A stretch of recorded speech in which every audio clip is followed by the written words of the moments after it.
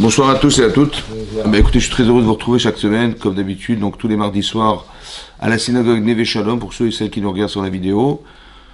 Neve Shalom au 106 avenue du Général Michel Bizot dans le 12e. Alors, c'est marqué dans la paracha de Be'alotecha, c'est la paracha de cette semaine.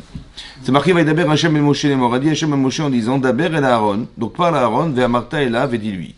Be'alotecha et nerot, lorsque tu feras monter les nerot, donc les flammes, donc ça veut dire allumer les flammes, El Moul Pena Menora, Yehiru Shivata Nerot.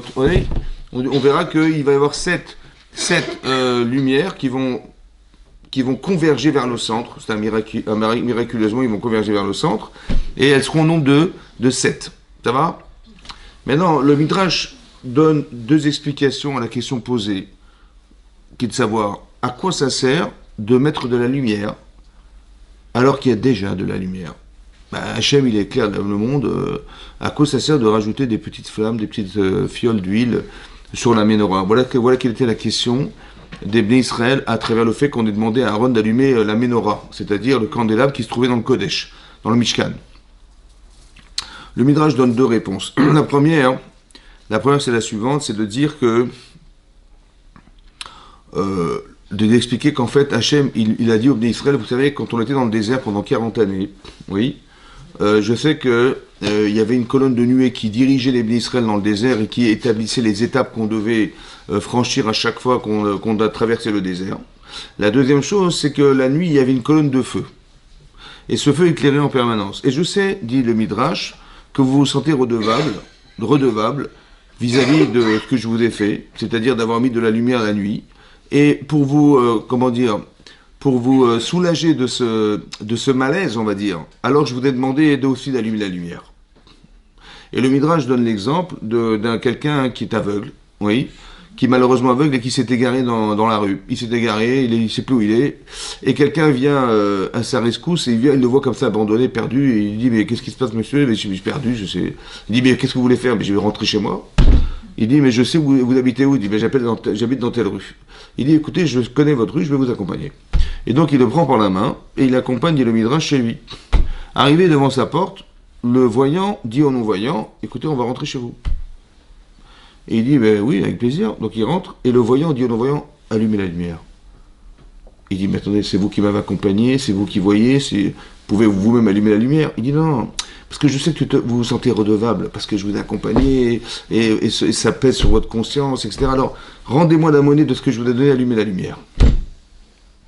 Premier enseignement qu'on apprend de ce Midrash, c'est qu'Hachem, il a demandé à ce qu'on allume la lumière pour se libérer de la conscience, de reconnaissance qu'on a vis-à-vis d'Hachem. Parce qu'on se sent redevable, qu'on a tout ce qu'on reçoit, tout ce qu'on a, etc. J'avais dit, allumez la lumière. Ça, c'est la première explication que donne le Midrash. La deuxième explication que donne le Midrash, c'est la suivante, c'est d'expliquer que, en fait, Hachem nous a demandé d'allumer la lumière. Ça va? Voilà ce qui est marqué dans la paracha. Mais on a trouvé ridicule de faire si peu pour un être si grand. C'est-à-dire, quand vous voyez la création du monde, vous voyez, je sais pas, on est éclairé par un soleil qui fait 110 fois la Terre. Ouais, c'est énorme, la lumière est énorme. Qu'est-ce que tu vas faire avec ta petite lumière? C'est honteux ce que tu vas faire par rapport à ce que Hachem te donne. On n'est pas dans la reconnaissance du bien fourni par Hachem. On est dans la reconnaissance de ce qu'on peut lui donner à la différence de ce qu'il nous donne. On a honte en fait. Vous avez compris? C'est comme là-bas le machal, c'est la parabole qui est donnée par le Midrash. C'est d'expliquer qu'un jour le roi il a dit à quelqu'un, écoute, je vais venir chez toi. Ah, il est très gêné, il dit le roi il vient chez moi. Ouais. Donc il a préparé une table, un buffet, il a mis des candélabres, des lumières, etc. Et le roi il est arrivé avec un faste incroyable et tout. Alors, quand il a vu le roi arriver, il a dit mais c'est honteux ce que je vais lui proposer. Ouais, qu'est-ce que je vais lui donner? Qu'est-ce que j'ai mis à table et tout ça par rapport au faste qu'il amène et tout ça. Et donc qu'est-ce qu'il avait? Il a dit à ses serviteurs, écoutez, débarrassez-moi de tout ça. Il avait honte, il a dit débarrassez-moi de tout ça. Et donc le roi arrive, et puis il voit que la maison est vide. Il dit, c'est comme ça que tu reçois le roi. Il dit, écoutez, vous savez, quand je vous ai vu arriver de loin, et j'ai vu le faste, et j'ai vu des candélabres, des gens avec des lumières, des torches et tout ça, j'ai dit, mais c'était magnifique. J'ai dit, j'ai honte avec ce que vous avez apporté. Moi, qu'est-ce que je vais vous proposer? Et donc, j'ai tout enlevé. Il a dit, écoute, je vais demander à ce que tout le monde s'en aille, et je dis, tu vas remettre ce que tu as mis chez toi, et je vais me contenter de ce que tu m'as apporté. Ça veut dire que Hachem, il se contente de ce qu'on lui donne. Vous avez compris? C'est-à-dire qu'on ne pourra jamais rendre, en fait. Ça ne sera jamais à la hauteur de Akadosh Baruch Hu, c'est impossible. Mais c'est très encourageant parce qu'on se dit des fois, on se dit, mais c'est vrai, qu'est-ce qu'on fait dans la vie, quoi? Je veux dire, qu'est-ce que les petites mises-votes, les petits machins, c'est ridicule, quoi. On se dit, c'est ridicule. Mais Hachem s'en contente. Ça veut dire que dans sa grandeur d'âme, il est capable d'accepter de nous quelque chose qui paraît insignifiant pour lui. Disons qu'à nos yeux, ça nous paraît insignifiant, mais c'est pas grave, parce que c'est ce qu'il a demandé. Ça va? Et donc il dit, mais voilà, je préfère que je me débarrasse de tout ce que j'ai, pour peu que je crée ce lien avec vous, et que vous puissiez faire quelque chose pour moi, à la différence de ce que je vous donne. Vous avez compris ça? Ça, c'est le Yesod. Mais ça veut dire qu'on apprend un principe de base dans la Avodat Hashem. C'est d'avoir honte de ce qu'on lui propose. Ça va? C'est très intéressant. C'est pas de dire, ouais, t'as vu ce que j'ai fait? Il y a des gens qui vont faire des grandes choses dans leur vie, etc. Il dit, mais moi, j'ai fait des choses magnifiques, extraordinaires. Non, il faut savoir que ce que tu vas faire dans ta vie, de toute façon, c'est insignifiant par rapport au Créateur. Donc, part du principe, ouais, que si tu as honte, alors ça va te permettre d'avoir l'humilité d'accepter Akadosh Baruch Hu. Ça va? À la différence de croire que tu fais des choses et des machins et des grandes choses et tout dans le monde. Non, il faut se contenter, c'est-à-dire qu'il faut avoir l'humilité de se dire, de toute façon, ce sera ridicule. Vous avez compris? Voilà. Et donc cette humilité nous traverse, elle nous permet d'avoir une capacité à se dire que de toute façon, ça ne sera jamais suffisant.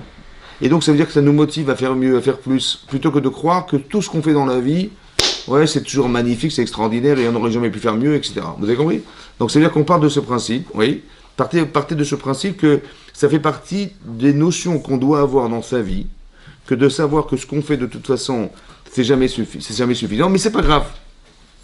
Il y a des gens qui ne préfèrent rien faire. Qu'est-ce qu'il a dit dans le Machal? Il dit, écoutez, j'ai préféré dire, écoute, je vais tout enlever, je vais tout débarrasser. Et Hachem dit, non, c'est moi qui vais tout débarrasser et je vais me contenter de ce que tu donnes. Ça veut dire qu'il ne faut jamais être déçu de ce qu'on fait, parce qu'on a honte, finalement, de ce qu'on propose à Kadosh Baruch Hu, ouais, et on devrait avoir honte de ça, c'est-à-dire que c'est pas suffisant, mais c'est au niveau de ce qu'on attend de nous. Ça va? Et ça démontre quelque part que l'accumulation de tout ce qu'on peut faire, ça intéresse Hachem, même à un petit niveau, c'est pas grave. Et c'est très encourageant, plutôt que le contraire, le Yitzhara pourrait venir et dire, t'as vu ce que tu fais dans ta vie? Qu'est-ce que tu veux qu'Hachem il fasse avec ta petite lumière et ton petit machin? Et lui, il vient avec des grands lustres, il vient avec des soleils et des... Quand on sait les dizaines de milliards d'étoiles qu'il y a dans l'univers, ouais, comme ça dit la Gemara Brachot, il y a 18 zéros, ça veut dire 9, il y a 10 milliards de milliards. 10 milliards d'étoiles dans l'univers, plus 63 000 et quelques diagrammes. 10 milliards de milliards. Et quand vous savez que le Soleil, c'est une étoile moyenne, qui fait 110 fois la Terre, imaginez-vous combien il y a de lumière. Ça va? Donc quand tu vois ça, tu dis, bah attendez, moi je vais avec mes petites bougies, ça va? Ouais. Je préfère la mettre en veilleuse, en fait. Bon. Donc c'est ça le principe il est clair. Ça va être clair, c'est ça. Donc c'est ce principe. Maintenant, je vais essayer, à travers la paracha, d'articuler ce principe. Vous allez voir comment ça rentre dans la paracha. C'est très intéressant de voir qu'il y a un fil conducteur. Ouais, dans la paracha. Alors on y va. Vous êtes prêts? Ça veut dire qu'il faut s'annuler devant. C'est ça que je voulais vous expliquer. Ce qu'on appelle la hitbatlout. C'est-à-dire, la hitbatlout, je m'explique. Quand hitbatel, ça veut dire s'annuler devant Hachem.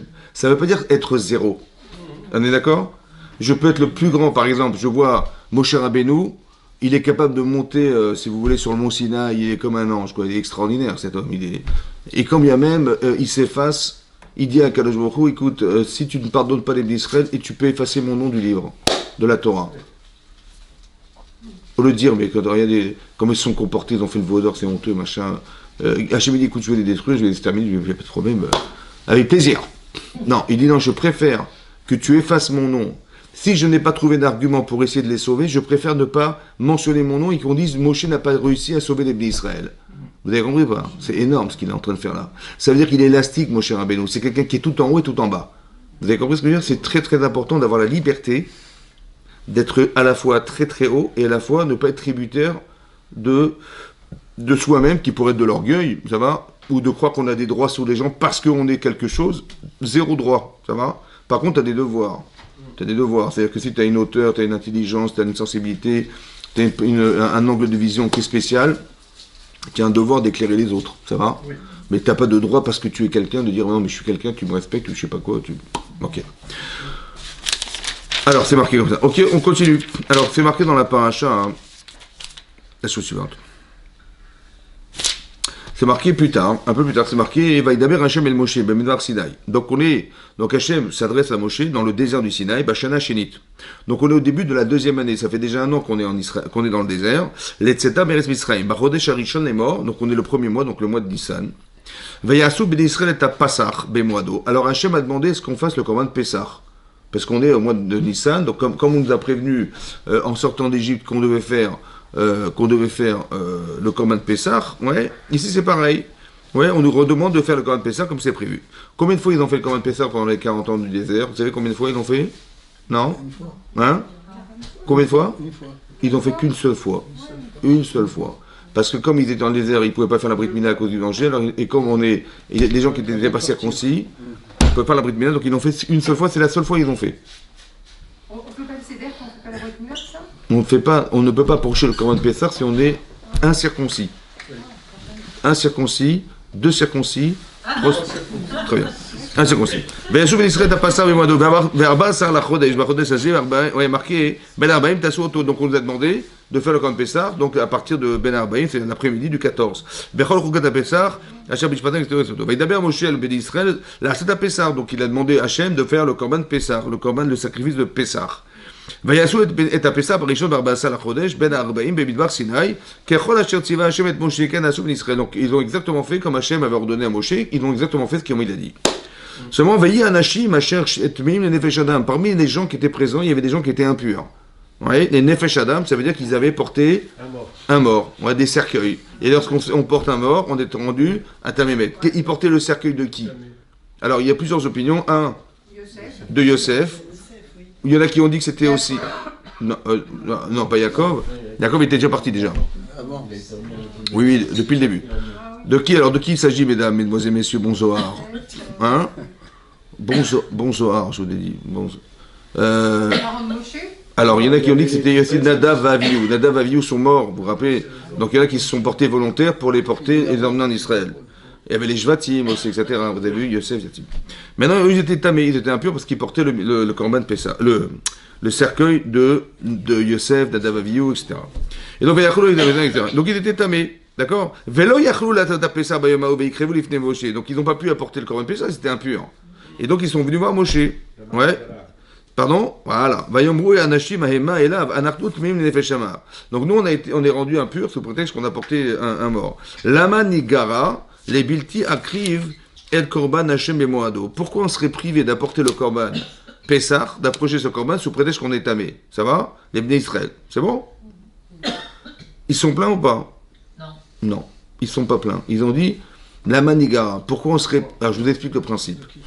Vous savez que quand on fait une mitzvah, il y a un principe que quand on fait une mitzvah entraîne une mitzvah. Oui. C'est vrai ou pas? Mitzvah, goré de mitzvah. Or ici on voit que la mitzvah qu'ils ont fait les empêcher de faire une mitzvah. Ah, c'est pas normal, il y a un problème. Ouais. La manigra, ça veut dire que normalement, quand on fait une mitzvah, on ne peut pas être privé d'une mitzvah. Or, ici, on voit que le fait qu'ils ont été rendus tamés les empêche d'amener un Corban Pessah. Il y a combien de mitzvot positives qui rendent chayav karet si on les pratique pas? Karet, ça veut dire qu'on est retranché de mon futur. Il n'y en a que deux. Un et deux. Non, ça c'est un interdit, ça. Quelle mitzvot positive qui entraîne un chiyuv karet? Ça veut dire qu'on est retranché du monde futur. Il n'y en a que deux dans la Torah. Shabbat? Non, ça c'est négatif. Non, si je ne fais pas cette mitzvah, chayav karet. Alors il y en a deux. Il y a la Brit Mila, la circoncision, ouais, et il y a le Corban de Pessah. Or ici c'est grave, ils n'ont pas pu faire le Corban de Pessah sous prétexte qu'ils sont impurs. C'est grave, vous avez compris ou pas? Et donc il dit mais pourquoi on serait privé de cette mitzvah là? Un, on a fait une mitzvah là, ouais, et deux, mais c'est un chayav karet, c'est grave. Et Vayomer elle aime Moshe Aïmdou. Donc il leur a dit Moshe, écoutez, je sais pas, restez là, tenez-vous là. Veishma ma'itzavé Hashem alechem. Et je vais demander à Kadosh Baruch Hu ce qu'il lui en pense. Qu'est-ce qu'il va m'ordonner de faire? Il n'a pas de réponse, Moshe Rabbeinu. Et là, on va nous parler des lois du Korban Pessah, le Pessah Sheni, c'est-à-dire que le mois de Iyar, ouais, le 15 du mois d'Iyar, il fallait approcher aussi un Korban Pessah. Mais ça a été fait exclusivement pour des gens qui Alors c'est ce qui est marqué dans la Torah. Va d'abord Hashem et Moshe les morts, d'abord Israël les morts, ish qui est tamé les nefesh. Ouais, obé derech echoka. Donc il y a deux possibilités. Soit la personne est impure, soit elle est tellement loin de Pessah qu'elle pourrait jamais arriver à Pessah à Jérusalem pour apporter son korban. Alors dans ce cas-là, on va arrêter de taïcher, je crois. Hein, c'est ça. Alors c'est marqué rechoka la rem derech ça va ça Pessah la Hashem. Bachodesh hasheni. Donc le deuxième mois. Donc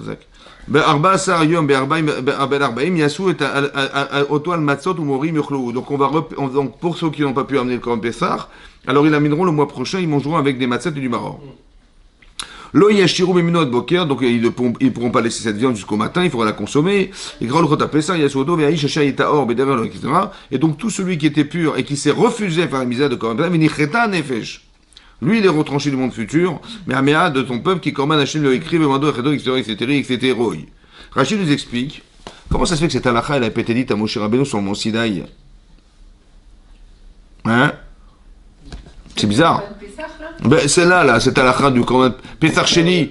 Ben, Pessah Sheni, c'est des halakhot qu'on aurait dû dire à Moshe Rabbeinu depuis longtemps. Pourquoi elles n'ont pas été dites? Elles n'ont été dites que maintenant, par le biais de ces hommes qui ont posé la question. Alors, c'est marqué comme ça. Amar Lahem, il leur dit Amar Lahem, Eimdou Vishmea. Donc tenez-vous là et je vais écouter ce qu'Hachem va me dire. Ouais, que Talmid Abouftach Lishmo Mipirabo, comme un élève qui va écouter, qui est confiant et qui va écouter de son maître. Ashrei Yelo Dasher Yekar Muftach, ouais, Shekol Zman Shaya Rotse Ayam Medaber Imashrina. Ici on apprend un chidouche énorme. C'est que Moshe Rabbeinu, quand il voulait, il parlait avec Hachem. Normalement, la prophétie, ça se fait en sommeil. Vous savez? Tout le monde, vous allez voir dans cette paracha, quand Myriam dormait, on a vu avec Bilham, il dormait, pareil, c'est en sommeil qu'Hachem apparaît, ouais. Et là, on voit, non, directement, il parle, il s'adresse à Hachem, tout de suite, il lui répond. C'est énorme, ce qui est marqué là, c'est le seul, hein. Et donc, Verouya Ita Parachazo, alors maintenant, c'est marqué Verouya Ita Parachazo, les Hamer Ali des Moshe, qu'un chien quand la Torah Kula. Normalement, cette paracha, c'est-à-dire le sujet qui traite du Pessah Sheni, il aurait dû être traité par Moshe Rabbeinu. Pourquoi ça n'a pas été fait par lui? Ouais, et là, chez Zachou Elou, chez Tomar Aliédéhem. En fait, ces gens-là, ils ont eu le mérite que c'est passé par eux. Pourquoi? Chez Megalgelim Zechut Aliédé Zakai. Quelqu'un qui a un mérite, on lui fait passer la chose par son propre mérite. Maintenant, ils ont été méritants que les choses se passent par eux. Mais quelle a été la source de leur mérite? Alors, je pense que le srout de leur mérite, c'est de ne pas avoir râlé. Ouais, oui. Ils auraient pu dire c'est quoi cette Torah? Attends, on fait des mitzvot, c'est nous qui portons le korban, c'est nous qui portons le mort, etc., etc. Et maintenant on est privé, mais c'est quoi cette Torah-là? C'est quoi? Vous avez compris? Ils auraient pu râler, ils auraient pu se porter plainte que c'était pas logique, que c'était pas normal. Ils n'ont pas dit ça. Ils ont dit on n'a pas compris. Écoutez, on n'a pas compris. Tu voyez ça, cette humilité-là, c'est quoi? C'est mitbatlout, c'est-à-dire tu t'effaces. Ouais, c'est très important ça. Pas de dire Chazve Shalom, de dire mais c'est quoi cette Torah, c'est quoi n'importe quoi. On a fait des efforts, on a porté pendant tous les jours, on s'est relayé machin, pour permettre à Yosef d'être entré en Israël, et maintenant on est privé d'une mitzvah. C'est ça la Torah, on aurait pu se plaindre. Le zechut, le mérite, c'est de dire écoutez, j'ai pas compris. Il dit il n'y a pas de problème, je vais demander à Hachem. Et c'est parce que ils avaient ce mérite qu'on n'a jamais dit cette halakha Moshe Rabbeinu. Vous imaginez un peu? Parce qu'ils avaient ce mérite que ça passe par eux, parce qu'ils avaient l'humilité de dire que, écoutez, on n'a pas compris, pourquoi on serait privé d'une mitzvah sous prétexte qu'on a porté un mort, ouais, alors ils ont pas râlé. Alors ça leur a donné ce mérite, la salle zechut. Je vous ai toujours expliqué, ouais, que zechut, ça vient du mot zach. Zach. C'est quoi zach? Shemet, katit zach. Zach, pur. Ça veut dire que pour allumer la menorah, il fallait de l'huile. Maintenant, cette huile, elle était récupérée à partir d'olive. Alors, comment ça se passe? Alors, on va presser l'olive. Ouais, on la presse. Et donc, on va presser. Qu'est-ce qui va sortir? Il va sortir une goutte d'huile. Ouais. On la met, on la garde, etc., etc. Et après, on va accumuler toute cette huile. Et c'est avec cette huile pure qu'on va pouvoir allumer la menorah, allumer la bougie. Maintenant, si vous prenez un kilo d'olive et vous l'écrasez, vous avez une purée, quoi, carrément. Donc il y a de l'huile mélangée avec des pots d'olive, avec des pots avec de l'olive, avec des noyaux d'olive, ouais, et vous mettez votre mèche et vous l'allumez. Bon, Bon, elle va flamber, mais à un moment donné, elle va crépiter, elle va s'éteindre. Pourquoi? Parce qu'elle n'est pas pure. Maintenant, écoutez-moi bien. Quelqu'un, hein, il a réussi quelque chose. Je dis rien, t'as du srout, hein. T'as du mérite, franchement. C'est quoi le mérite? Ben, c'est normal. Je suis pur. Vous avez compris ce que je veux dire? Tout ce que je fais, c'est clair. Tout ce que je fais, il n'y a pas de dépôt, il n'y a pas de pollution, il n'y a rien dedans. Donc c'est normal que ça marche. Quand est-ce que la lumière, elle crépite, la flamme crépite? Quand dedans, il y a des mélanges autres que de l'huile. Si tu mets autre chose dans ta tête que de la pureté, ben, tu verras que ça va crépiter, ça va pas marcher. Ça va s'éteindre un jour. Vous avez compris ça? C'est ça le srout. Maintenant, eux, ils étaient purs. C'est quoi la pureté? C'est-à-dire d'avoir l'humilité de se dire, mais de qui on est pour revendiquer quoi que ce soit. On fait des mises-votes, et ben si ça n'a pas marché, ça n'a pas marché, je veux juste comprendre ce qui se passe. Vous avez compris? L'humilité de. Et cette humilité-là, elle permet d'avoir ce mérite-là. C'est ça le zéchout. Ça veut dire que c'est ce qu'on fait, en vérité, c'est proportionnel à ce que nous sommes. Vous avez compris? Donc c'est plus important de faire attention à être quelqu'un, et que si on est des gens bien, ouais, si on va dire comme ça, si on fait partie de la tranche des jambons, ouais, si on fait partie de la tranche des jambons, alors là, vous êtes sûr que... Non, des gens bien, des gens bien. Oui, c'est très important, et c'est que comme ça qu'on fait des choses bien dans la vie. Ouais. Donc il y a un travail personnel à faire sur soi-même, pour s'assurer que tout ce que vous allez faire correspond à ce que vous êtes. J'ai entendu une explication magnifique. C'est marqué dans les Pirkei Avot, ouais.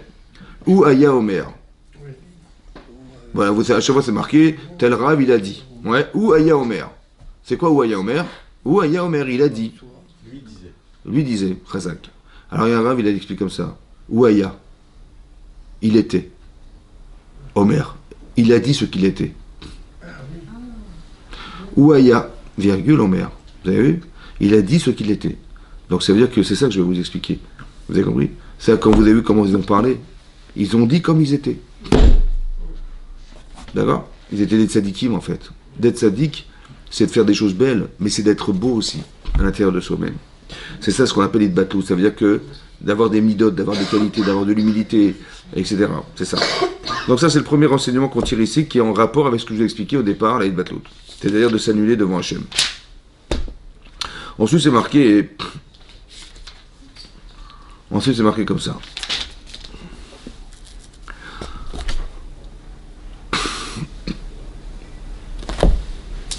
Très bien. C'est marqué Vayomer Moshe. Vous savez qu'on était dans le désert. D'accord? C'est marqué Vayomer Moshe le Chovav ben Reuel à Midiani. Donc il a dit un jour, Moshe s'est adressé à Chovav. Chovav, Rachid nous dit que c'était Yitro. On l'appelle Chovav ben Reuel, fils de Reuel à Midiani, qui était de Midian. Choten Moshe, beau-père de Moshe Rabbeinu. Nos'im anachnu al makom asher amar Hashem. On voyage vers l'endroit où Hashem nous a demandé. C'était quel endroit? Oui. Alors Rachid nous dit comme ça. Je vous lis ce qui est marqué dans Rachid. Oui. Marqué Nassou anachnu al makom. Oui. Miad ad shloshe yamim anachnu nirtasim haaretz. On est à 3 jours de marche de la terre d'Israël. Donc on est vraiment juste avant de rentrer en Israël. Ouais, chez Memassa, Zerishon, Lassao, la Melat, Likades, les restes Israël. Donc ils ont fait tout ce voyage à la condition de pouvoir rentrer en Israël. Et là, chez Khatou, Mitonenim. En fait, ils ont fauté, ça n'a pas pu se faire parce qu'ils se sont plaints dans le désert, comme on va le voir. Donc Mitnema, Shataf, Moshe, Atzmo, Imaem. Il a dit, nous allons rentrer en Israël. Il dit, parce que Adain, Lonik, Zera, Xeranav. Parce que pour l'instant, le décret qui avait été décrété par Hachem qui ne rentrerait pas en Israël n'avait pas encore été exprimé par Hachem. C'est pour ça qu'il a dit nous allons rentrer. Kassavour chez Unirtnas, il a pensé qu'il allait rentrer en Israël aussi. Donc on est à 3 jours de marche, ouais, et donc on est très proche de la terre d'Israël. Et donc qu'est-ce que dit Moshe à son beau-père? Asher Amar Hashem eto, etc. Ouais, il a dit comme ça, Anachnu lemakom Asher Amar Hashem oto eten lachem. Lecha itanu, donc lecha itanu, viens avec nous, ouais. Ve'itavnu lach, et on te fera du bien. Qui Hachem dit Bertov à l'Israël, parce que Hachem, il a dit du bien d'Israël en disant qu'on allait rentrer en Israël. Vayomer elav lo elech. Il a répondu Yitro, je ne vais pas avec vous. Qui el artsim el monati, ouais, vers mon pays et vers l'endroit où je suis né. Ouais, j'irai là-bas. Pourquoi il a refusé de repartir avec eux? Hein? Il y a plusieurs explications de... Baruch Hashem, Chazak Baruch. Ça m'a fait plaisir. C'est vrai. Oui, en plus c'est vrai, c'est vrai. Alors il y a 2 explications. Rachid donne 2 explications. 1 et 2. Il est marqué qui est marqué comme ça. Alors c'est marqué comme ça, Alken a dit, ouais.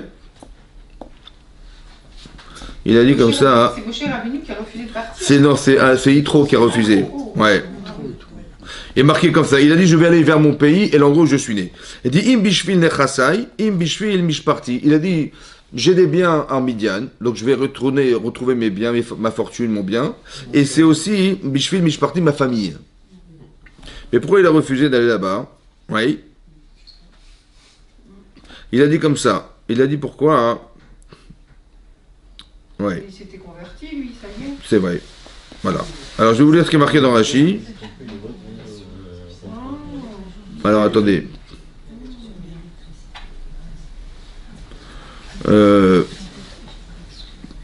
Voilà. Il a dit parce qu'il lui a répondu parce que Hachem va nous faire du bien. Ouais. Et Hachem va nous faire du bien. Alors Rashi dit Matova et Tivulo. Amar Kshayu Israël Mechalkim et Haaretz Aya Doshna Shel Yerecho. Non, c'est pas celui-là.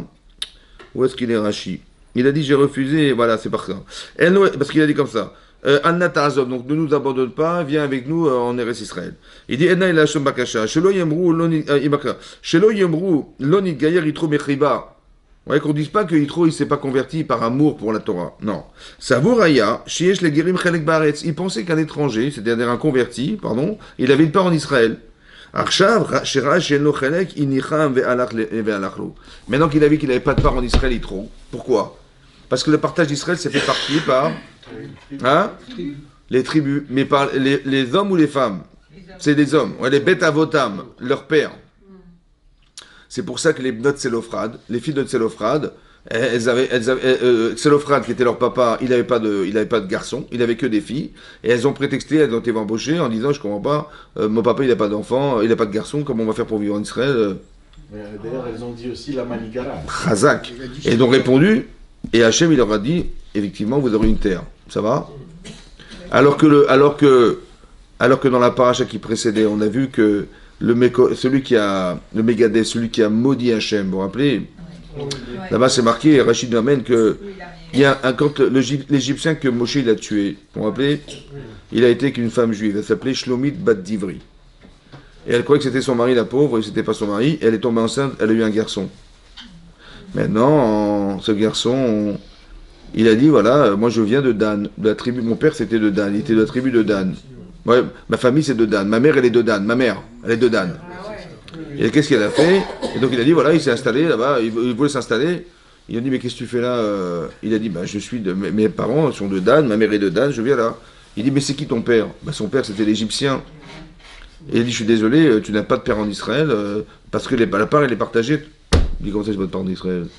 Et là, il a commencé à insulter Hachem et tout ça. Vous avez vu la différence? Et donc, le Megadef, il a été condamné à mort. Mais ça veut dire pourquoi? Parce qu'on doit avoir des midotes. Vous avez vu que même Yitro, ouais, il a dit, j'ai pas de part, ben, le Ramban, il dit que finalement, Moshe lui avait promis une part en Israël. Ouais, mais ça veut dire que quelque part, quand tu demandes, on te donne. Mais quand tu revendiques et tu te plains et tes machins, zéro. Vous avez compris? Il faut savoir avoir cette humilité. Jamais Chazvé Shalom se plaindre dans ce qui nous arrive, ouais, d'avoir l'humilité de se dire que ça a du sens. Non, j'ai pas forcément compris, hein. Vous avez compris? Là, c'est très frustrant ce qui arrive ici. Et carrément, il a dit, mais c'est quoi cette Torah? Il a commencé à maudire le bon Dieu. C'est énorme ce qui s'est passé. Mais parce qu'il a pas cette qualité humaine qui est d'arriver à s'annihiler devant une volonté. Tu vois? Et c'est ça ici qui est marqué là. Et donc Yitro, on retrouve la même chose. Il n'a pas dit non mais c'est quoi ça? Attendez, moi je me suis converti à la Torah, je veux être un juif cachère et tout ça, je vois pas pourquoi j'aurais pas de part, il aurait pu se rebeller. Et il dit non, c'est pas grave, je retourne dans mon pays, je retourne dans... Vous imaginez? Ça veut dire... Ouais, bien sûr, mais ça veut dire qu'il batlout, ça veut dire qu'il s'annihile devant. Ouais. Le Rambam il dit que finalement ses enfants ils ont une part en Israël, etc. Plus tard, on verra, mais que ça veut dire que quelque part, il ne faut pas être des revendicateurs. On a des droits, on a des trucs. Ça, c'est pas des qualités qu'on doit développer. Encore une fois, fil conducteur, pareil, il s'annihile devant la volonté d'Hachem. Vous avez vu? Voilà. Ensuite, c'est marqué comme ça. Vaïra mikemit onenim. Voilà que le peuple se plaignait. Ra beozne Hachem, du mal aux oreilles d'Hachem. Vaishma Hachem, et Hachem a entendu ses plaintes. Vaïcharapo vetiv ambam. Et donc il s'est mis en colère, il a envoyé le feu sur eux. Esh Hachem tochal, va tochal beketsa machane, une partie du camp a été brûlée. Vaïtzak Am el Moshe, et donc c'est plein le peuple auprès de Moshe, Vaïtpalel Moshe, et donc Moshe a prié vers Akadosh Baruch Hu. Vatishka Aesh, et le feu a été interrompu, il a été éteint. Vaïkra Shemamakom Aou Tivahara, et cet endroit a été appelé Tivahara, au nom de Tavahara, au nom du feu. Avahara, c'est brûlé. Kibahara Bam Esh Hashem, parce que c'est enflammé le feu d'Akadosh Baruch Hu. Ve'asaf Souf, Asher Bekirbo. Maintenant, il y a Asaf Souf qui se trouve au milieu de nous, au milieu du peuple juif. Ita'avu ta'ava. Ita'avu ta'ava, ça veut dire qu'ils ont ils ont recherché du plaisir. C'est qui Asaf Souf? Rachid dit Elou Erev Rav. C'est le Erev Rav, c'est-à-dire les peuples qui s'est converti au judaïsme et qui fait que des problèmes en Israël, ou qui fait que des problèmes dans le désert. Ouais, j'ai dit Asfu, Elehem, Betsetem, Israël.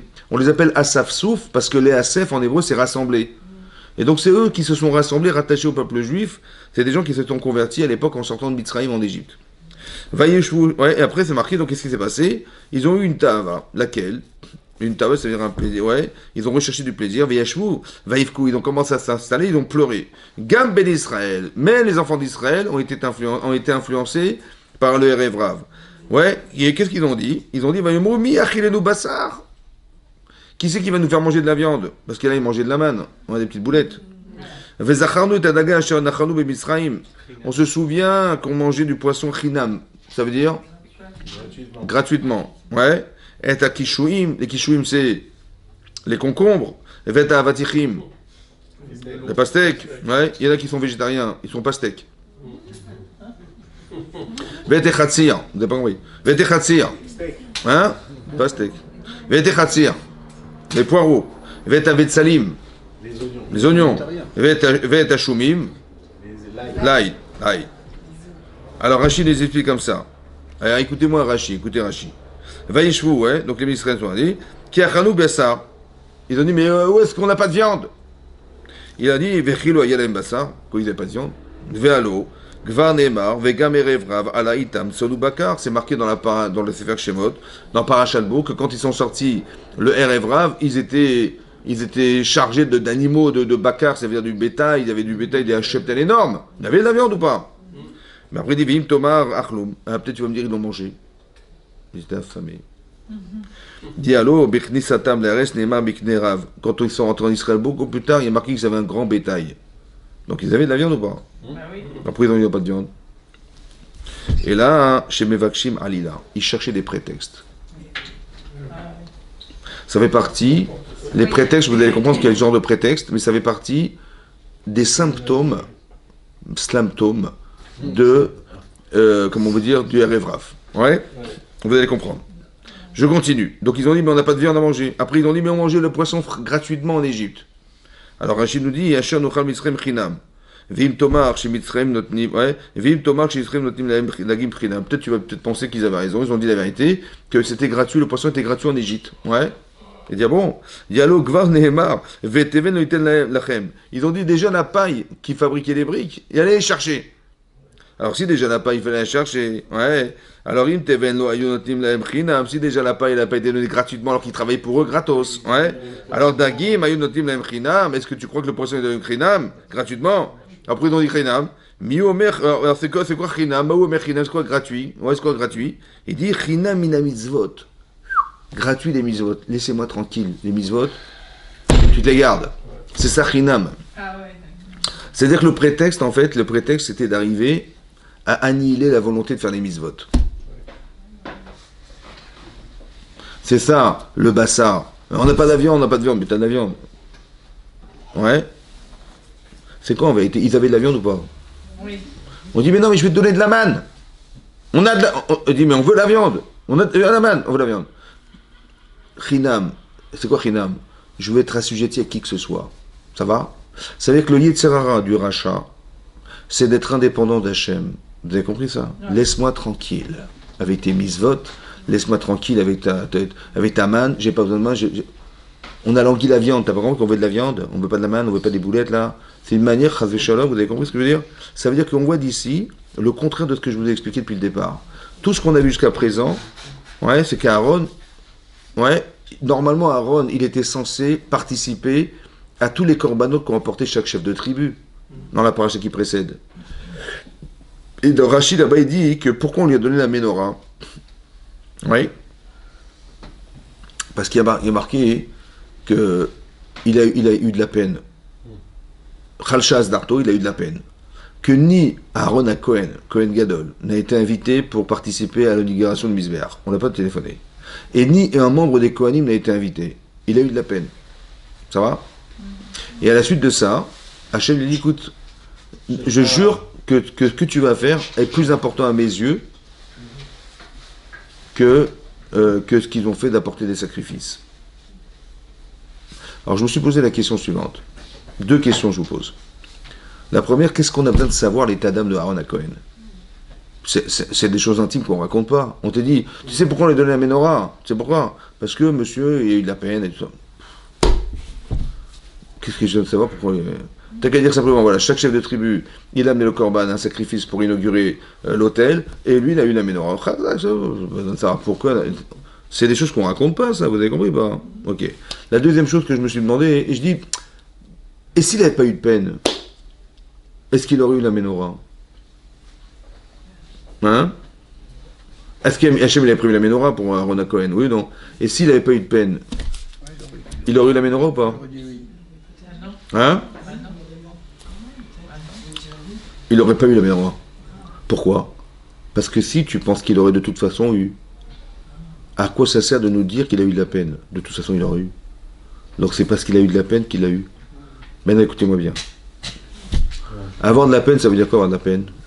J'aurais tellement voulu participer à la mitzvah. Je regrette, j'ai pas pu y aller. J'ai pas pu être avec eux. Il aurait pu dire, attendez, c'est quoi?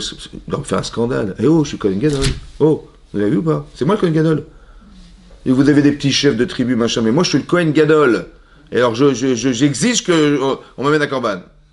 Bon, même j'y vais pas moi, mais au moins, il aurait pu se plaindre, vous avez compris ou pas? Ou alors il aurait pu dire, il dit, bon bah si tu veux pas, il veut pas. J'ai pas de peine, hein. Il a pas voulu, moi j'accepte tout. Les deux sont faux. Le fait de se plaindre en disant, mais c'est honteux ce que vous faites en ne m'invitant pas, ça se fait pas. Et la deuxième chose qui se fait pas, c'est de croire qu'Hachem, il dit, bah s'il a décidé.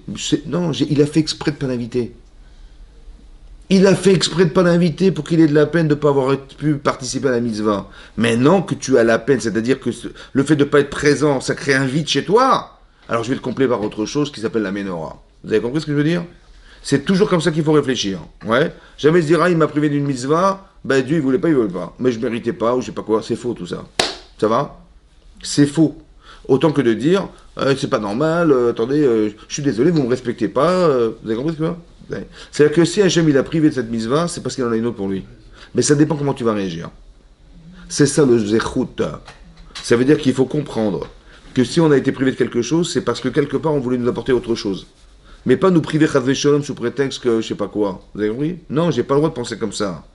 Il faut dire, j'ai eu de la peine de ne pas arrêter. J'aurais tellement voulu être avec eux, j'aurais tellement voulu participer à cette mitzvah d'inaugurer le misbéach. Malheureusement, j'ai pas pu y aller. Ça va? Bon, voilà. Mais j'ai envie. Parce que, puisqu'il veut pas, donc j'ai plus envie. Ça, c'est faux. Ou de dire, mais j'ai envie, mais c'est pas normal, je suis quand même Kohen Gadol, j'exige que je sois avec eux. Non plus, c'est faux. Vous avez compris? Ces deux expressions-là, elles sont fausses. Par contre, ce qui est vrai, c'est d'accepter. Vous avez compris? Et c'est ça qui lui a permis d'avoir la menorah. Et la menorah, aux yeux d'Hachem, c'était plus important encore que d'avoir amené le korban. C'est pour ça. Parce que la reconnaissance du bien, ou la capacité qu'on a de s'annihiler devant Hachem, ça, c'est ça qu'il faut. Le but, c'est de créer un lien avec Hachem. C'est le but de la mitzvah. Le but, c'est pas de faire. C'est que parce que tu fais quelque chose, tu t'associes avec Akadosh Baruch Hu. Et donc, ça veut dire que tu as une kavana, tu as une pensée, tu es concentré dans ce que tu fais. Ouais, vous avez compris ça? C'est ça le but. Donc, si je fais de façon machinale, de façon mécanique ou de singe des choses, c'est zéro. Tu dis, mais j'ai fait la mitzvah. J'ai compris, mais c'est pas l'objectif. L'objectif, c'est de créer le lien. Vous avez compris? Donc là, on nous a, Aaron, on l'a privé de lien. En fait, on a fait exprès pour qu'il ait envie. Vous avez compris? Comme ça, il faut réfléchir. Il a fait exprès de ne pas lui donner pour qu'il ait envie de faire. Et donc, tu as envie, alors je lui donne la menorah. Mais cette conscience permet d'accéder à autre chose. Elle permet à Kadosh Baruch Hu de donner quelque chose parce qu'il y a eu un vide qu'on doit combler. C'est comme ça qu'il faut réfléchir. C'est comme ça que c'est marqué là. D'accord? À la différence du Erev Rav. Eux, ils sont dans l'exigence. Mais c'est en fait un prétexte pour dire, écoute, laisse-moi tranquille. Les mitzvot, j'en veux pas. Quand il dit chinam, c'est chinam il a mitzvot. C'est grave, d'accord, oui. Donc c'est-à-dire qu'on ne veut pas s'annihiler devant. Qu'est-ce qui s'est passé? Regardez, je vous lis ce qui est marqué. Et donc ils ont dit, voilà, voilà. Donc qu'est-ce qu'il a fait Moshe Rabbeinu?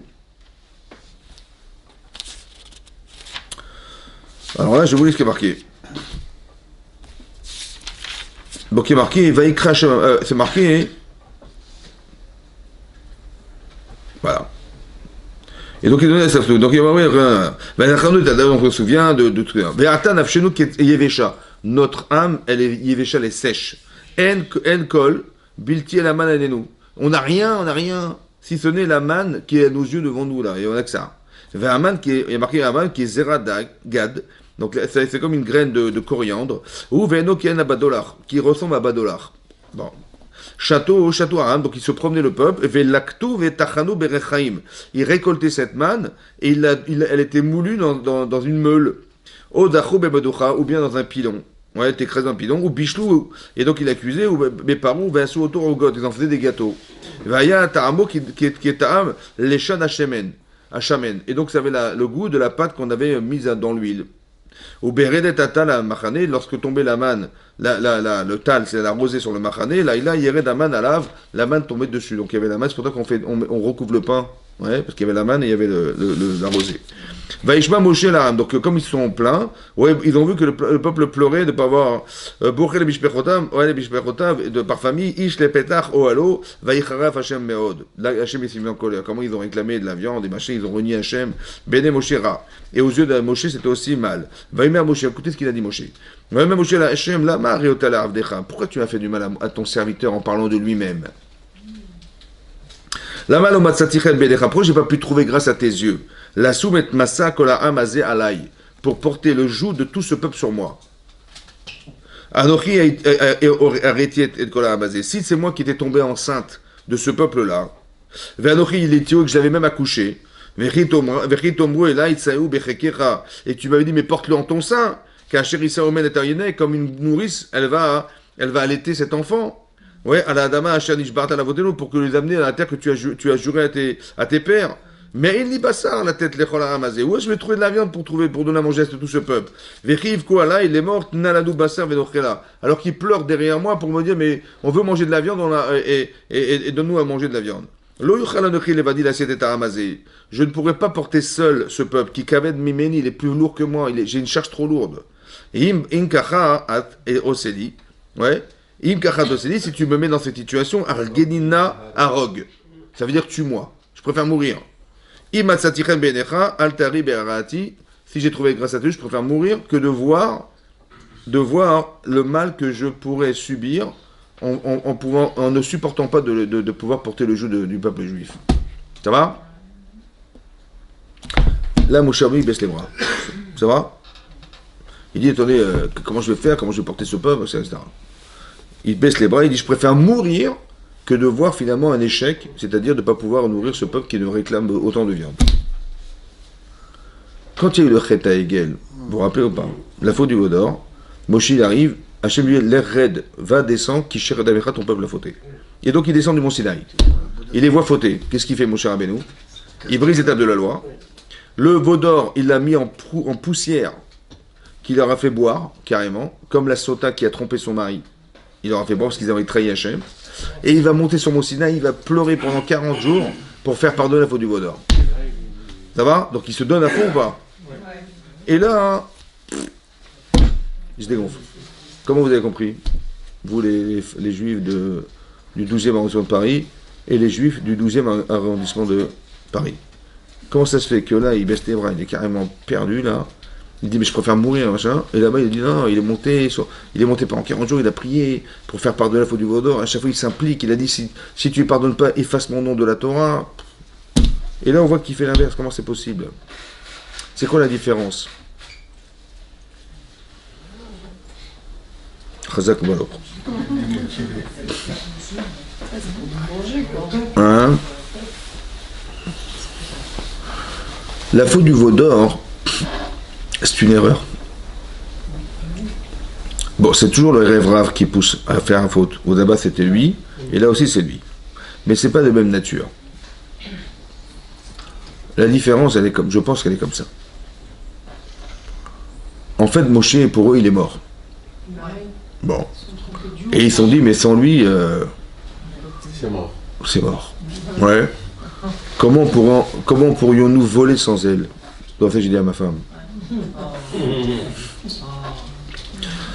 Mais là, on ne peut pas se passer de mon charbon, c'est impossible, vous avez compris? Et donc, ils ont pensé qu'il fallait faire un veau d'or. Pourquoi ils ont pensé à un veau d'or? C'est marqué dans le Midrash que lorsque on a traversé la mer Rouge, c'est marqué Ra'ata Shifra Bayam, elle a vu une femme de ménage. Donc c'est une femme qui n'avait pas forcément des vocations intellectuelles très poussées. Ouais. Shifra Bayam, Ma Shelora Yecheskel Ben Bouzi à Cohen Meyamav. Que même Yecheskel Ben Bouzi à Cohen, il n'a jamais eu de sa vie. C'est-à-dire qu'elle a eu un niveau de prophétie exceptionnel grâce à Moshe Rabbeinu, en traversant la mer Rouge. Maintenant, elle a vu ce que même Yecheskel Ben Bouzi n'a pas vu. C'est-à-dire que lui, il a vu des choses, mais elle a vu plus que lui. C'est ça qui est marqué. Qui, la femme de ménage? La femme de ménage. Ouais. Maintenant, comme ça c'est marqué, Yecheskel Ben Bouzi. Maintenant, qu'est-ce qu'il a vu Yecheskel Ben Bouzi?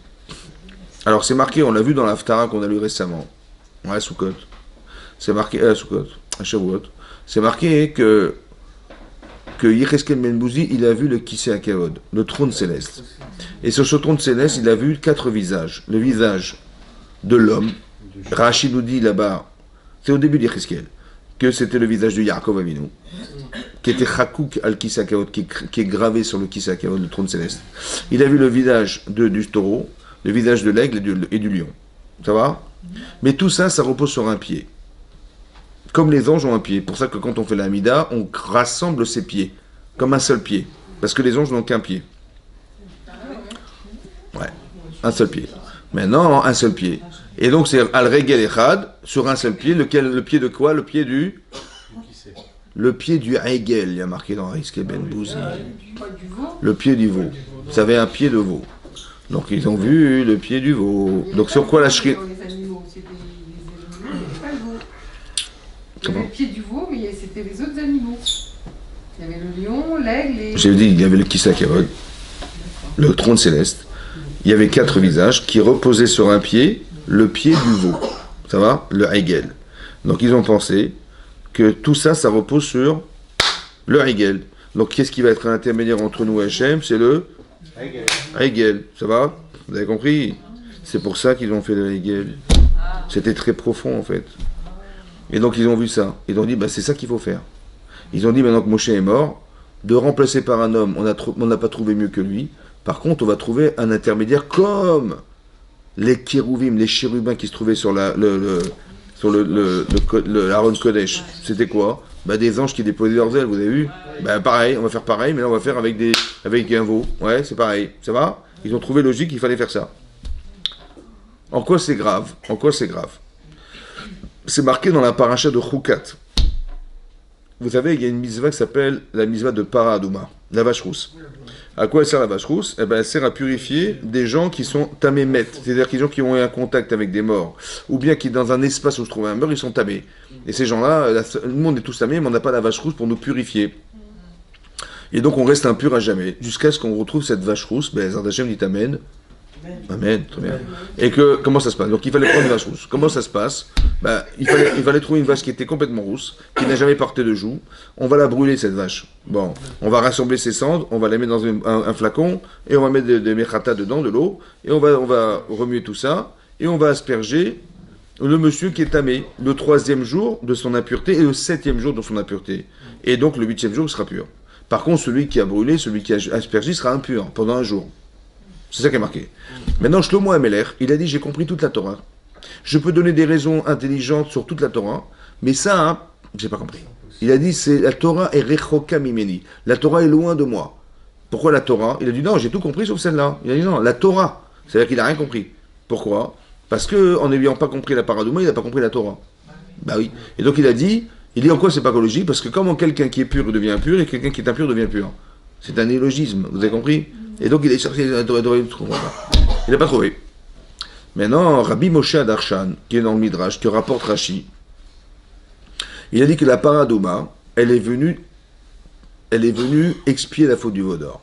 Il y a marqué Bapara, est venue la para, la vache, au Mekaner Tsoad Bena. Elle est venue nettoyer la saleté de son veau, de son enfant. D'accord? Et de là, c'est une allusion pour expliquer que la paradouma, elle vient expier la faute du veau d'or. D'accord? Maintenant, comment expliquer ça? Ça veut dire que Shlomo Amelech, l'homme le plus sage de tous les hommes, il n'a pas compris. Ouais. Et Rabbi Moshe Adarchen, il dit ouais, je vais t'expliquer. Ouais, je vais t'expliquer. Comment il peut donner une explication que jamais personne n'a compris la paradouma? Ouais. Alors la réponse, elle est comme ça. Comme s'il explique le Beth Alevi. Écoutez bien ce qu'il dit. Les d'Israël ont pris l'initiative de faire le veau d'or. Ça va? Très bien. Hachem dit, écoutez, pas de problème. On va vous donner les mitzvot. Distribution des mitzvot. Alors on étudie les mitzvot, oui. Et on arrive à la mitzvah de Paradouma. Alors il me dit, c'est quoi cette histoire de Paradouma? Mais c'est clair, quelqu'un qui est impur, la seule manière unique de le purifier, c'est de l'asperger avec les cendres d'une vache rousse.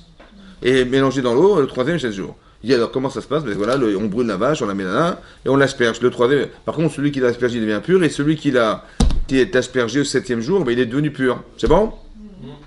Il dit on n'a rien compris. On n'a rien compris. Comment la personne qui est impure devient pure et celle qui était impure devient impure? Comment vous n'avez rien compris? Vous n'avez pas compris? On n'a rien compris. Ah, t'as pas compris? Alors comment t'as pu prendre l'initiative de faire le veau d'or? Tu dis mais nous on a tout compris, hein? Voilà, on a vu le veau, on a vu le machin, on a vu le truc, on a vu le pied, on a remplacé. Mais de quel droit tu te permets de faire en pensant que tu avais compris? Ça va? La paradouma, elle vient te faire comprendre que la Torah est au-dessus de ta pensée. Ça va? Que les mitzvot, elles sont largement au-dessus de ta conception personnelle. Alors, quand tu ne sais pas quoi faire, tu dis, écoute, Dieu il prévoira quoi faire. J'ai pas la prétention de dire je vais faire. Ça va? C'est pour ça que dans la parashat Rukat, c'est marqué, comme Hachem avait ordonné de faire. Parce qu'il faut être ordonné pour que ça marche. Mais si tu n'as pas été ordonné, comment tu veux que ça marche? Vous avez compris? C'est ça. Donc la paradouma vient expliquer la faute du veau d'or. C'est-à-dire qu'on n'a pas su s'annihiler devant la volonté d'Hachem. Vous avez compris ça? De quel droit tu oses penser, oui, je vais t'inventer ça, ça. C'est comme les gens, les libéraux, ils t'inventent des mitzvot et t'inventent des machins. Ça veut dire que tu penses, que tu comprends la Torah, mais tu as la prétention de comprendre que Hachem il donne un message, mais tu sais ce que c'est Hachem, toi. Et tu sais comprendre que c'est Hachem, et donc tu peux te permettre de penser que... Mais d'où tu penses, comment tu oses croire que tu sais ce que c'est qu'Hachem? Vous avez compris ça? Donc si Hachem est un être qu'on ne peut pas mesurer, comment tu veux expliquer le texte de la Torah dont l'auteur est Hachem? Vous avez compris? Donc si tu as compris, il t'a dit fais ça, c'est logique, mais ne pas rajouter ni de retirer des mitzvot. Parce qu'il faut que vous sachiez une chose, quand vous faites une mitzvah, en fait, ça a beaucoup de conséquences dans l'univers. Mais on ne le sait pas, on ne le voit pas. Mais c'est comme ça. Ouais. Donc lui, il dit, on va faire le veau d'or. C'est ça qui était grave. Donc c'est une erreur, en fait, qui est liée à la fois à la Emouna, mais mal placée. Alors Moshe dit, ça, je vais faire pardonner ça. Seulement, quand là, ici, dans cette Avera-là, ils ont fait exprès de dire, on renie la Torah. Vous avez compris ce que je veux dire? Quoi? Et on renie la Torah. Ils ont dit, mais on n'a pas besoin de mitzvot, à mettre machin. Et les Israéliens ont pleuré, ils ont dit, mais oui, ils ont raison. Ce sont des prétextes, en fait, pour refuser la Torah. Ils disent ça, hein, ou alors ils demandent de la viande. Vous avez compris? Hachem, il nous a fait sortir d'Égypte. On est rentré dans le désert.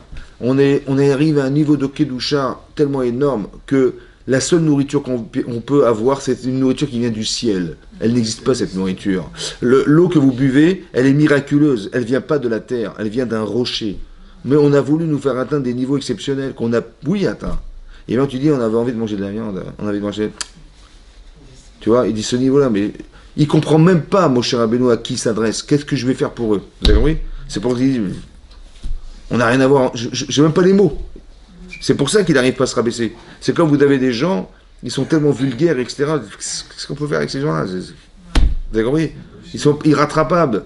Il dit, je préfère mourir, il a dit que de m'adresser à ces gens-là. À ce niveau-là, je ne sais pas. Moshe Rabbeinu, vous imaginez que Moshe Rabbeinu, ouais, il a un tel niveau qu'il monte dans le ciel, il s'adresse à des anges. Je veux dire, c'est une dimension extraordinairement puissante, vous avez compris? On dirait qu'il n'a pas de corps, lui. Le Maharal de Prague, il explique que c'est quoi le bégaiement de Moshe Rabbeinu? On sait qu'il bégaye. En fait, vous savez que la parole vient d'un Neshama. Vous savez ce qu'il explique, le Maharal? Des fois, c'est un Neshama, il est là, des fois, il n'est pas là. Donc, vous avez compris, il est coupé le son. Tellement le niveau, il est énorme. C'est un Neshama, il s'envole. Alors, il y a un ramène. Il s'envole, il ramène. C'est ça le bégaiement de Moshe. Comme ça, il explique le Maharal de Prague. Tellement il a une gdoucha énorme. Son corps, il est tellement kadosh tellement pur, il est pur son corps, que tout est pur, que sa neshama, elle a envie de partir et il la retient pour que... Et c'est ça l'expression du bégaiement de Moshe Rabbeinu. Mais pour vous expliquer qu'il est à un tel niveau qu'il ne peut même pas comprendre ce genre de réclamation. Vous avez compris ce que je veux dire? Hachem, il voulait nous amener à une Kedusha telle qu'on puisse rentrer en Eretz Israël avec Kedusha, qui est le Beth Amikdash, etc. Ouais. Et nous, on vient, on se plaint. C'est comme il a dit, vous avez compris juste avant, quand ils sont pleins d'avoir bu de l'eau, ça fait 3 jours qu'on n'a pas d'eau. Et Rachid nous dit, Hachem a dit, mais pressez-vous, on va vite j'ai fait exprès qu'on ne perde pas de temps et qu'on arrive vite en Israël pour qu'on puisse résider ensemble, et vous vous plaignez de ne pas avoir bord de l'eau, mais vous avez compris? À chaque fois, on est tombé dans le piège du paraître, de ce qui nous manque et tout, alors que, vous avez compris? Alors qu'en vérité, ça devrait être secondaire dans notre existence. Parce que l'essentiel, c'est la spiritualité qu'on invoque, c'est celle qu'on devient, c'est ça qui est... C'est comme si on avait une âme et une neshama, nous on se préoccuperait de notre corps plutôt que de s'occuper de sa neshama. D'accord, c'est ridicule, c'est enfantin. Et c'est ça, ça c'est l'air brave. Donc quand vous voyez dans l'actualité aujourd'hui, ouais, que les gens, ils veulent, comme c'est marqué, vous savez, j'ai entendu récemment qu'il y a une banque en Israël. Ils ont dit on ne veut plus faire Eteriska, ça veut dire que vous savez qu'on n'a pas le droit de prêter avec intérêt. Bon, et en Israël, vous faites des prêts avec intérêt. Comment c'est possible? Parce qu'il y a ce qu'on appelle un Eteriska. C'est-à-dire on fait un business avec la banque c'est un contrat de business. Et l'intérêt, en vérité, c'est le bénéfice que nous faisons dans un contrat comme si on faisait un commerce. Et ça, c'est permis. La banque, elle a dit écoutez, c'est fini, je ne peux plus ça.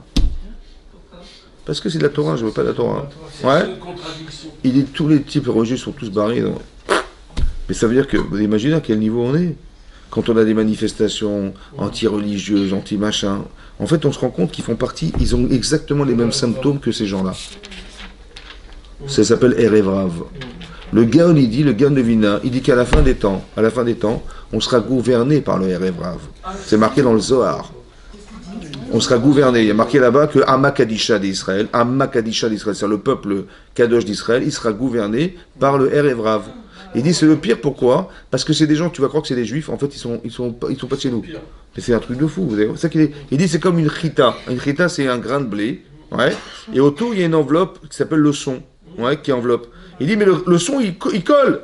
Tu dis mais voilà c'est du grain de blé. Non, il y a le son et le grain. Tellement il est collé, on va croire que c'est la même chose. En fait c'est pas la même chose. Ils font partie du Erev Rav. À chaque fois, vous avez la même manifestation, genre anti-religieuse, anti-machin, les tranquilles, avec les mises-votes et machin. En fait, ils font partie de ce peuple. Qui s'est mélangé. Ils sont mélangés. C'est ça que je vous explique. La paracha nous dit clairement quels sont les symptômes. Vous avez compris? C'est très important, ça. Et de savoir ne pas mélanger, de dire les pauvres, les machins. Non. C'est des gens qui font pas partie. À chaque fois, vous avez vu, à chaque fois qu'on a fait le Vaudor, c'était à cause d'eux. Ici, on s'est plaint à cause de tout ce qui s'est passé dans le désert, qui aurait dû nous permettre, normalement, au bout d'un an, de rentrer en Israël. À chaque fois, on s'est fait avoir. Parce qu'on a été influencé par ces gens-là. Donc, il faut garder fortement en tête la Emunat Hashem. On vit une période difficile. Il faut prier. Ouais. Il faut être sensible à ce qui se passe autour de nous. C'est-à-dire... l'armée, les soldats, les pauvres soldats qui partent. Quand je vois, ça nous nous brise le cœur de voir des petits jeunes hommes qui sont à la fleur de la vie, qu'ils sont partis pour défendre quoi, machin. Donc, nous, on doit prier comme si c'était nos enfants. On doit se mettre à la place des parents qui envoient leurs enfants à l'armée. Aussi pareil, on doit être sensible à ça. Ouais. Et donc, ne pas rester indifférent. On ne peut pas dire, écoute, ils ont choisi, c'est leur vie. Hein.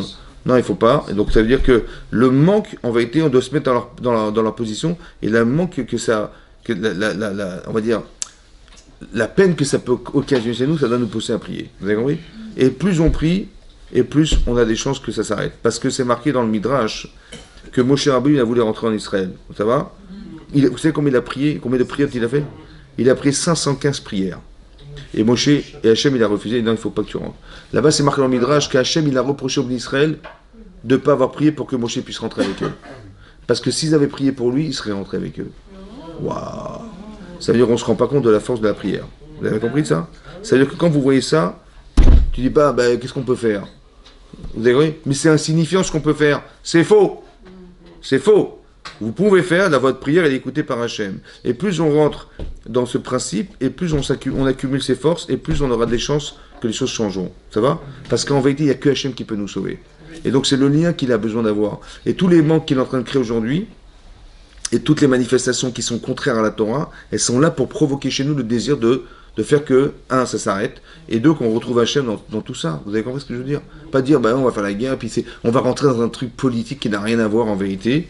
Ouais, qui en artifice, c'est du politique, mais c'est des prétextes en vérité pour nous faire échapper à la réalité qui est celle plus profonde de l'existence d'Hachem à travers tout ça. Donc ça, il faut bien le garder. Donc, c'était ça le fil conducteur. Le fil conducteur du cours, c'était de vous expliquer, on doit avoir l'humilité de voir ce qui se passe, de ne pas être exigeant, d'exiger des choses dans sa vie, etc., de savoir que ça arrive, et vouloir absolument coller avec la Torah et les mitzvot, à la différence de tout ce Erev Rav qui a fait le contraire, qui a exigé, qui a demandé, qui a influencé Israël dans le mauvais sens.